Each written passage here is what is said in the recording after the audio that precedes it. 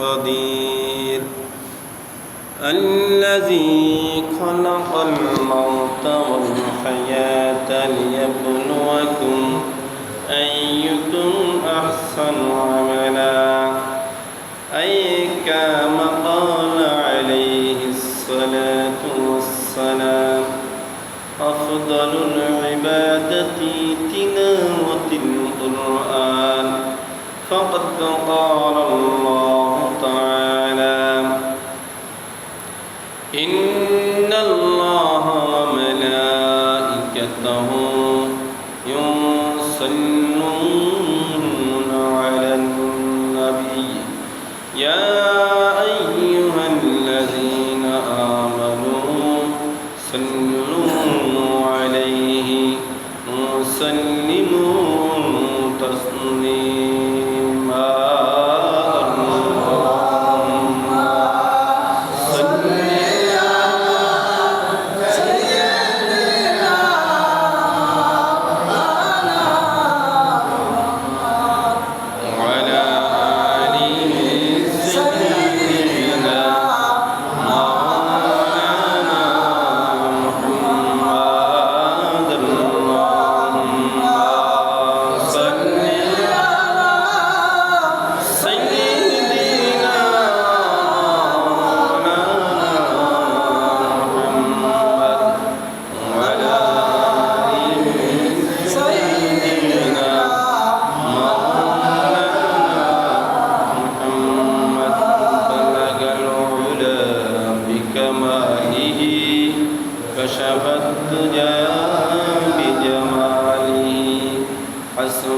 جميع خصاله صلوا عليه وآله মুআজ্জাজ মুহতারাম সামনে উপস্থিত সম্মানিত মুসল্লিয়ান ইকরাম আসসালামু আলাইকুম ওয়া রাহমাতুল্লাহি ওয়া বারাকাতুহু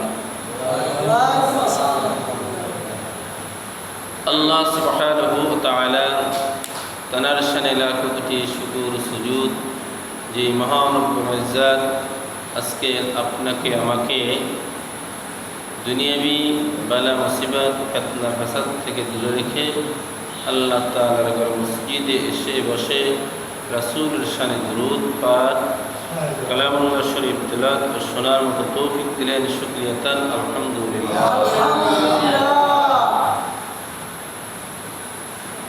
আল্লাহ তাআলার মুসরা কিছুই হয় না তো আল্লাহ তাআলার বড় মেহেরবান যে আল্লাহ তাআলা আপনাকে আমাকে সুষ্ঠুভাবে সুন্দরভাবে মসজিদে আগে আসার তৌফিক দিলেন শুকরিয়াতান আবার বলি আলহামদুলিল্লাহ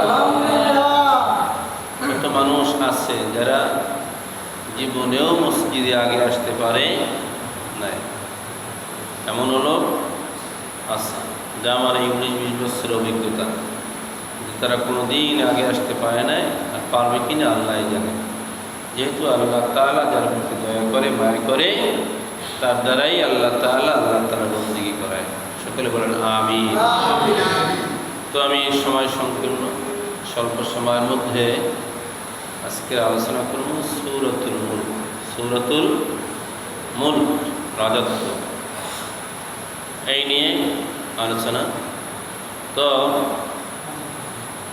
আলোচনার মধ্যে সূরাতুল মুলক আয়াত হলো 30টা আয়াত 2টা রুকু তো সূরাতুল মুলক সম্পর্কে হযরত আবু হুরায়রা রাদিয়াল্লাহু তাআলা থেকে বর্ণিত তিনি বলেন রাসূল করিম সাল্লাল্লাহু আলাইহি ওয়াসাল্লাম বলেন সাল্লাল্লাহু আলাইহি ওয়াসাল্লাম তিনি বলেন যে এমনই একটি সূরা যে সূরা যদি কেউ মাগরিবের পরে তেলাওয়াত করে যেই ব্যক্তি তেলাওয়াত করবে তাকে কাল কিয়ামতের মাঠে জান্নাতে যাওয়ার জন্য সুপারিশ করিবে সুবহানাল্লাহ কথাটা কত বড় চিন্তা করতে পারেন কথাটার ওজন কত যে শুধু তেলাওয়াত করবে তার সাথে সাথে যদি অর্থও জানতে পারে তাহলে আরও বেশি ভালো অর্থ করতে পারলে আরও বেশি ভালো, তাইলে ভিতরে কি আছে সেটা বোঝা যাবে। আসলে তো মূলত কোরআন তেলাওয়াত করার উদ্দেশ্য হলো অর্থ জানা।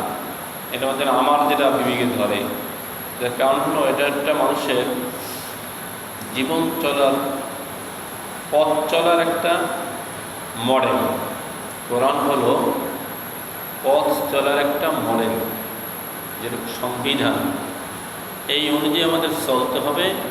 আমরা কোন পথে চললে ভালো হবে, কোন পথে চললে খারাপ হবে, এইটা একমাত্র দেখাই দেবে আল কোরআন। কি দেখাবে? আল কোরআন ও হাদিস, এই দুইটি। তার মধ্যে সর্বপ্রথম হলো আল কোরআন। তাহলে এই কোরআন যদি আমাদের চলার পথ দেখায়, তাহলে শুধু মুখে পড়লেই হবে না, অর্থ জানতে হবে, অর্থ করতে হবে। এখন একটা আমাদের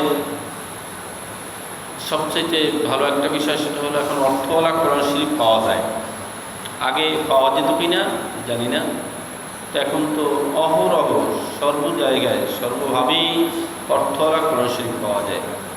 এর জন্য আমরা নিজেরাই যদি অর্থওয়ালা কোরআন শরীফ পড়ি, পড়তে পড়তে যেটা না বুঝি সেটা হয়তো বা কারো কাছে জিজ্ঞাসা প্রয়োজন হয়। আর এখন তো শিক্ষার হারও বেশি, সেহেতু জিজ্ঞাসা খুব কমই প্রয়োজন হয়। যদিও লাগে, তা বোঝার জন্য আবার আলেমও আছে, আছে কি নাই? আছে। আপনাকে যে হঠাৎ কেউ ভুলভাল বুঝাইয়া একদিক নিয়ে যাবে এমন কোনো কায়দা নাই, আছে বলেন? নাই। এর জন্য আমাদের অর্থ প্রয়োজন। বলে কেন বলি, আমি সামনে আসতেছি বলব। দ্বিতীয়ত হলো, এক তো সুপারিশ করবেন, দ্বিতীয়ত হলো আল্লাহ রাসূল সাল্লাল্লাহু আলাইহি সাল্লাম বলেন যে এই সূরা তেলাওয়াত করলে আল্লাহ তাআলা তাকে জাহান্নাম থেকে মুক্তি দিয়ে দেবেন। সুবহানাল্লাহ। কি থেকে মুক্তি দেবেন? জাহান্নাম থেকে মুক্তি দিবেন। হযরত আব্বাস রাদিয়াল্লাহু তাআলা আনহু বলেন, তিনি বলেন রাসূল করিম সাল্লাল্লাহু আলাইহি ওয়াসাল্লাম তিনি বলেছেন যে আমার মনের কামনা, আমার মনের ধারণা সেটা হলে আমার মনে চায় প্রত্যেকটা মানুষের অন্তরে যেন সূরাতুল মুলক সংরক্ষিত করে রাখে। সুবহানাল্লাহ। কি বলছে রাসূল করিম সাল্লাল্লাহু আলাইহি ওয়াসাল্লাম? তিনি বললেন যে আমার মনে চায়, আমার মনে হয় সবচেয়ে ভালো হয় যদি কেউ সূরাতুল মুলক মুখস্থ করিয়া রাখে।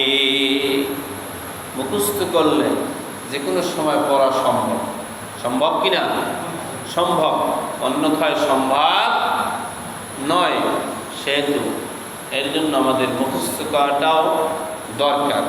আমরা বাড়িতে মুখস্থ করে নেব। অতএব এখন আসুন শাব্দিক অর্থ ও পারিভাষিক অর্থে, যেহেতু সময় সম্পন্ন বিশ্লেষণ করা যাবে না।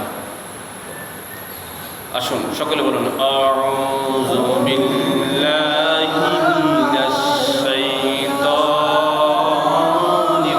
রাজীম। বিসমিল্লাহির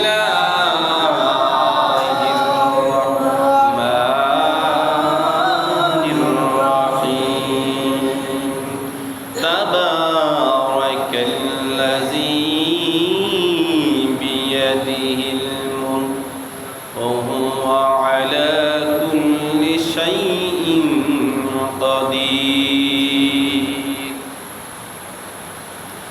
আল্লাহ তাআলা বলেন যে তাবারাকাল্লাযী বিয়াদিহিল মুলক, সেই মহামান্বিত যিনি, তিনি হলো, তার হাতে হলো রাজত্ব। তার হাতে কি? রাজত্ব। যিনি মহামান্বিত, যিনি সম্মানিত, সবচেয়ে বড়, তার হাতে হলো রাজত্ব। তামাম জমিন কার হাতে? তার হাতে। তিনি হলো কে?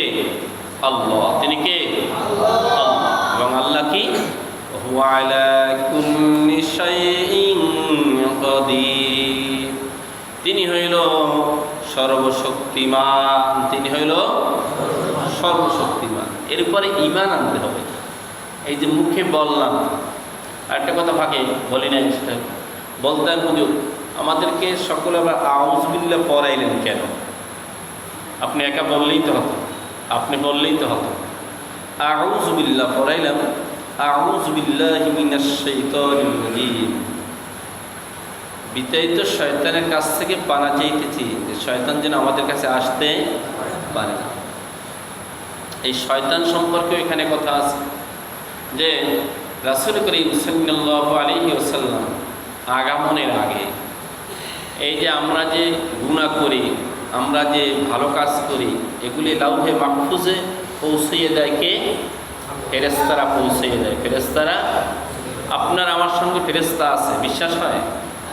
আপনার আমার সঙ্গে ফেরেশতা আছে সর্বসময় সর্বদা, জীবনের শুরু লগ্ন থেকে মৃত্যুর পূর্বক্ষণ পর্যন্ত আপনার কাছে আমার কাছে শয়তান আছে আর থাকবে, এতে কোনো সন্দেহ নাই। তেমনিভাবে শয়তানও কি ওই রকম আছে, শয়তানও আছে। ওই শয়তান রাসূল করিম সাল্লাল্লাহু আলাইহি ওয়াসাল্লাম আসার আগে তিনি মেঘমালা পর্যন্ত যেতেন, সে পর্যন্ত যাইতেন যাতে সে একটু আপনাকে আমাকে যাতে ভুল পথে নিতে পারে, এই ব্যবস্থা করার জন্য।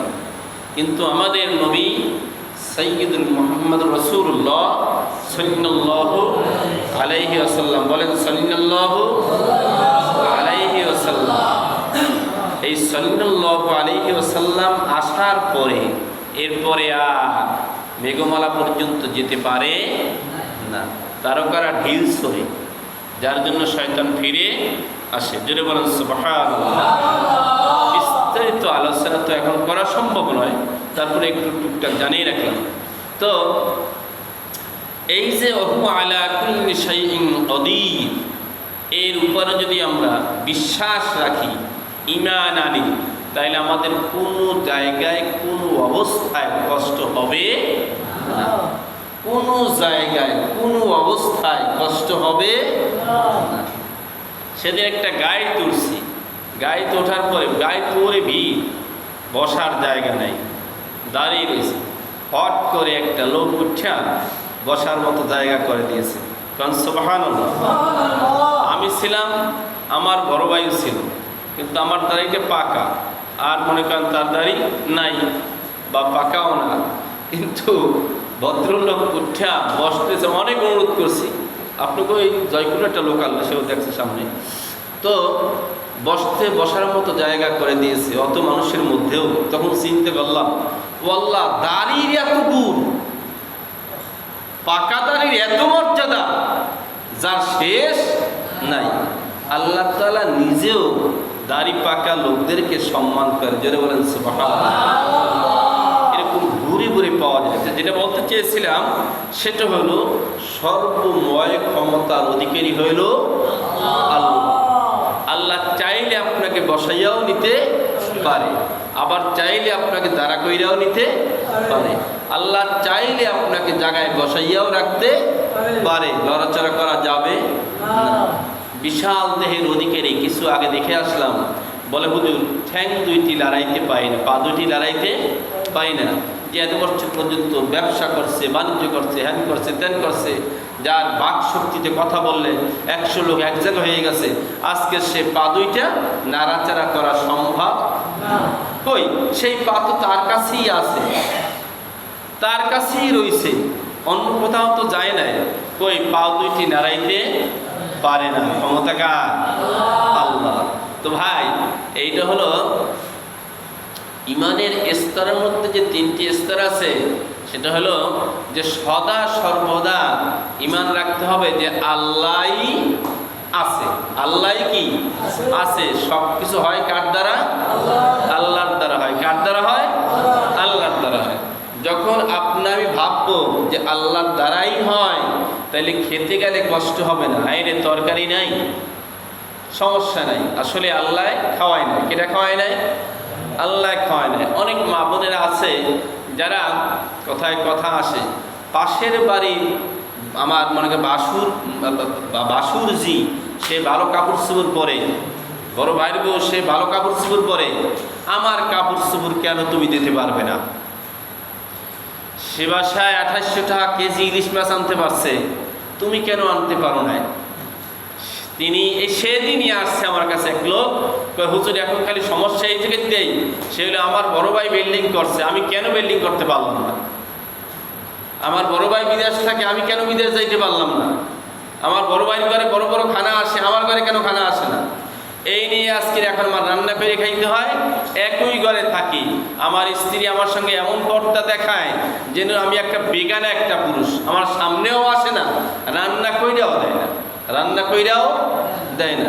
তাইলে আমি কিন্তু কারো ব্যাপারে কিছু বলতেছি না, বুঝাইতে চাইছি ওই মায়ের, ওই বোনের, ওই স্ত্রীর ইমানে ঘাটতি। কিতে ঘাটতি ভাই? ইমানে ঘাটতি, ইমানে ঘাটতি। কেমন কইরে মানে ঘাটতি? যে সে যদি বলতো যেগুলি কার দ্বারা হয়, বিল্ডিং কার দ্বারা হয়, টাকা কার দ্বারা হয়? হয়। এক লোক অনেক আগে আমার কাছে আসছে, হুজুর এই ব্যাপার, আমি কি অন্য কোনো জায়গায় যাব? আমি বলছি না, কোথাও যাওয়া যাবে না। এই শরীরকে নিস্তেজ করে কে? সতেজ করে কে? শক্তি দেয় কে? নির্মল করে কে? সর্বময় ক্ষমতার অধিকারী হইল আল্লাহ। হঠাৎ করে আমি, আমার স্ত্রী, আমার বোন, আমার মা, তারা স্বামীকে ছেড়ে দিয়ে অন্যদিক পদার্পণ করে, অন্যগামী হয়, অন্যমুখী হয়। এই গেল পরশু 2 দিন আগে এক লোক আসছে, 72 কি 75 বছর বয়স। তার স্ত্রী 10 বছর ধরে তার সঙ্গে সম্পর্ক ছিন্ন পেরায়, কিন্তু এই 8 বছর ধরে ছেলে মেয়ে কেউ জানে নাই, জানাইতে পারে নাই।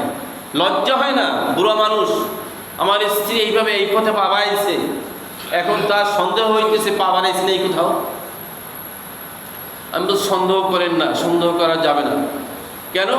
হুজুর কিসের জন্য, কোন কারণে আমার সামনেও আসে না এবং আমার সঙ্গে ভালো ব্যবহার করে না? ভাই, এর কারণ হলো আল্লাহ যে একজন আছে সেই সম্পর্কে তার কোনো ধারণাই নাই। তাই স্ত্রী স্বামীর সঙ্গে খারাপ ব্যবহার করত না, আবার স্বামীও স্ত্রীর সঙ্গে খারাপ ব্যবহার করত না, যেহেতু সর্বময় ক্ষমতার মালিক হইল আল্লাহ, আল্লাহর দ্বারাই হয়। আরে ভাই, টাকা নাই, আল্লাহ দেয় নাই। টাকা কেটে দেয় নাই, আল্লাহ দেয় নাই। 100% সিউরিটি ও সিউরিটি যে আপনার রিজিকে যেটা বন্টন আছে, বন্টনকৃত রিজিক আপনি না খাওয়া পর্যন্ত দুনিয়া থেকে আল্লাহ তাআলা আপনাকে আমাকে বিদায় নেবে না, বিদায় নেবে না। এবং ফেরেশতারা নিয়োজিত আছে আপনাকে আমাকে খানার জন্য। আপনি মনে করেন কি, রাইস মিলে গেছেন, রাইস মিলে গেলে ওই যে কাওয়াইলে ধান দেওয়া হয়, ধানটা কি এমনি যায়? ওখান থেকে ধানটা সরিয়ে যায় এমনি সরে না। ওইটা সরানোর জন্য বিদ্যুৎ প্রয়োজন, কেরোসিন প্রয়োজন, ফিটা প্রয়োজন, ঢেলে দেওয়া প্রয়োজন এবং অন্যান্য কিছু লাড়িয়ে দেওয়া প্রয়োজন। অনেক কিছু প্রয়োজনের পরে ওখান থেকে ধান থেকে কি হয়, চাল হয়ে নিচে নেমে এসে। তাইলে এত কিছু যদি প্রয়োজনে পরে শুধু চাল নেমে আসতে পারে, তাহলে আপনার আমার যে খাদ্য, এই খাদ্য ভিতরে যেতে কত কিছু প্রয়োজন আছে কি নাই? আছে কি নাই? আছে। অতএব এত কিছু প্রয়োজন আপনি ভাববেন না যে একা একাই আপনি খেতে পারতেছেন। আপনার খানার জন্য ফেরেশতা নিয়োজিত করা হয়েছে, যেটা বলেন সুবহানাল্লাহ। এই ফেরেশতারা আপনাকে খাওয়াইতেছে। আপনাকে জিহ্বা কে দিয়েছে? জিহ্বা কে দিয়েছে? হ্যাঁ, সারাক্ষণ জিহ্বা ভিতরে থাকে। কই কোনোদিন তো জিহ্বায় কামড় লাগে না, যদিও লাগে হঠাৎ করে আবার সেরে যায়। ওষুধ লাগে না। এই ক্ষমতা কার? ক্ষমতা কার? চতুর্পার্শ্বে দাঁত, 3 পার্শ্বে দাঁত, তার মধ্যে জিহ্বা থাকে। কই দেখেন তো কেমন কইরা টিকে থাকে? ভাত খান লড়াইয়া সারাইয়া, এদিক দিয়ে সেদিক দিয়ে সুন্দর করে ঘুষাইয়া গাছাইয়া, তারপরে ভিতরে নিয়ে এবার ডোগানটার না করিয়ে পারেন না, অটোমেটিকলি হয়ে যায়। অটোমেটিক কি হয়ে যায়? ক্ষমতা কার বলেন? ক্ষমতা কার? আল্লাহ। কিন্তু সেই শুকরানা আদায় করি না। আল্লাহ বলেন, লা ইন শাকারতুম লা আযীদান্নাকুম ওয়া লা ইন কাফারতুম শাকারতুম ইন্না আযাবি লাশাদীদ লা ইন শাকারতুম লা আযীদান্নাকুম। আমরা যে শুকরানা, আমরা যে নিয়ামত পেয়েছি, এই নিয়ামতের শুকরানা যদি আদায় করি, আবারও নিয়ামত বৃদ্ধি করে দেবে কে? আল্লাহ। কে বৃদ্ধি করে দেবে? আল্লাহ। আবার নিয়ামত পাইয়া নিয়ামতের নাশুকরিয়া যারা করে, আবার আল্লাহ তাআলা তাদের কাছ থেকে নিয়ামত ছিনিয়ে নিয়ে যায়। নিয়ামত কি নিয়ে যায়? ছিনিয়ে নিয়ে যায়। কিন্তু আমরা নিয়ামতের নাশুকরিয়া করি। বেশিরভাগই মা বোনেরা নিয়ামতের নাশুকরিয়া করে। কি আনছো বাজারের দিন? কি বাজারটা আনছো? স্বামীর পকেটে টাকা আছে কি নাই এদিকে খেয়াল রাখে না। আর সাহাবায়ে কেরাম আজমাইন তোরা খেয়াল করতো যে হায় রে, এত বাজার আনছেন কোথা থেকে? আপনার পকেটে তো টাকা দেখি নাই। রাগ, হেভি রাগ হয়ে গেছে। এত বাজার কোত্থেকে আসছে কথা নাই। যখন বলে যে আমি ঘোড়া বিক্রি করেছি, ঘোড়া পেয়েছি, সেই ঘোড়া বিক্রি করেছি, ঘোড়ায় লাভ হয়েছে, সেই লাভকৃত টাকা দিয়া বাজার এনেছি, তখন বলছে আলহামদুলিল্লাহ। কি বলছে? আলহামদুলিল্লাহ। সেই তখনকার মায়েরা বেশি বাজার দেখলে রাগ হইতো যে কোত্থেকে আনছেন, টাকা তো পকেটে ছিল না। আর এখনকার মায়েরা পকেটে টাকা আছে কি নাই সেটা তারা দেখে না, ওটা প্রয়োজন নাই। বাজার লাগবে, ব্যাগ বইটা যদি দুই হাতে নিতে পারেন তাইলে খুশিতে বাগবাগ, খুশিতে বাগবাগ। কিন্তু টাকা কোথায় পাইলেন? কার কাছ থেকে টাকা আনলে? সারাদিন ছেলে ঢন ঢন করে আর গাড়িতে ঘোরে, চাকরি নাই, ব্যবসা নাই, বাণিজ্য নাই, বাজার আরে কোত্থেকে? এরকম কোনো খেয়াল মায়েদের নাই, স্ত্রীদের নাই যে হালাল না হারাম, হারাম টাকারটা খাওয়ায় না হালাল টাকারটা খাওয়ায়, এই ধরনের চিন্তা ভাবনা ফেকের নাই। আছে বলেন কি? নাই। অতএব এই কথাগুলি কি বাবা আমার জন্য বলছি? বলেন, আমার জন্য বলছি? বলি নাই। আমাদের ঈমানের ঘাটতি। আজকের সংসারের মধ্যে ফেতনা ফাসাদ ঘটবে কেন? স্বামী স্ত্রী কলহ লাগবে কেন? একমাত্র কারণ হলো ঈমান। একমাত্র কারণ কি? ঈমান। বাড়ির চাকরি নাই, বলে লেখাপড়া করে করছো কি? লেখাপড়া করে কি করছো? একটা চাকরি নাই, এখন হাল চাষ করতে হয়, এখন রাজের জোগাড় দিতে হয়, রাজমিস্ত্রি হতে হয়। এটা বোঝে না যে সূরাতুল হজের মধ্যে আসছে বান্দা কি কাজ করবে, সেই কাজ 120 দিনের দিন সেইটাও লিখে রাখছে। জোরে বলেন সুবহানাল্লাহ। বান্দা কি কাজ করবে, 4টা কাজের মধ্যে, 4টা কথার মধ্যে এটাও লাগছে যে আমি কি কাজ করব, আমার দ্বারা কি আল্লাহ করাবে, সেইটাও 120 দিনের দিন।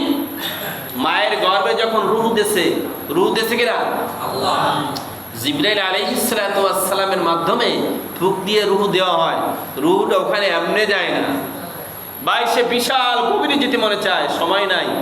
হায় রে আফসোস, সেই তখন লিখে দেওয়া হয়। ওমা, তুমি যদি সেটা জানতা যে এইটা লিখে দেওয়া হয়েছে, তাহলে তোমার স্বামী কি করে কি না করে এ নিয়ে তো তোমার কোনো বিতর্ক সৃষ্টি হওয়া লাগে না, কলহ প্রয়োজন নাই। আছে বলে নাই। কি কাজ করবে সেটা লিখে দিছে কে? আল্লাহ।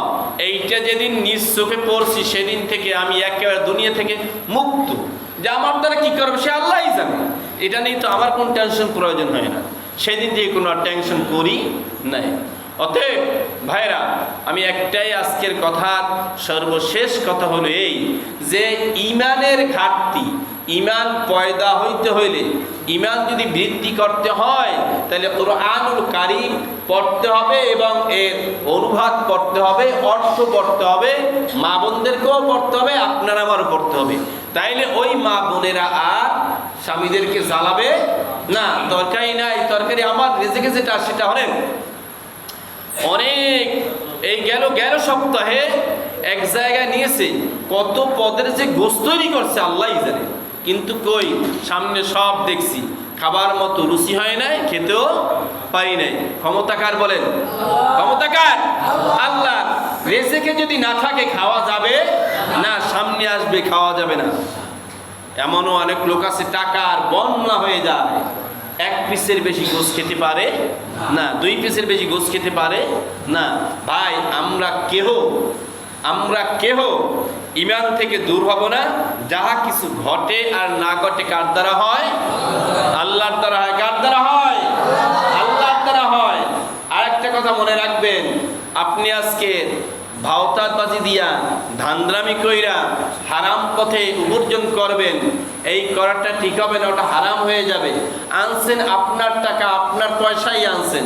আপনি ভাববেন না যে চুরি কইরা আনছেন পাশের বাড়ির ঘরের টাকা, ওই টাকা আপনার, আপনি আনছেন চুরি কইরা। চুরি না করলেও ওই টাকা আপনার ঘরে আসতো, হালাল হয়ে আসতো। কি হয়ে আসতো?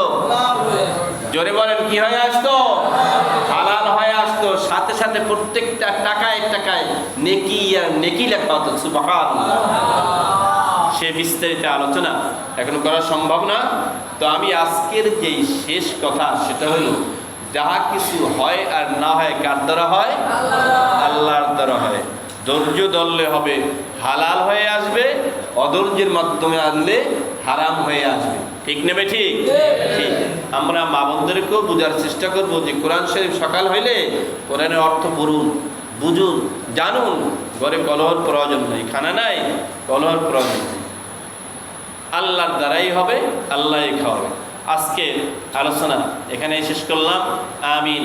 আখির দাওয়ানা আলহামদুলিল্লাহি রাব্বিল আলামিন। বসুন, নামাজ কেউ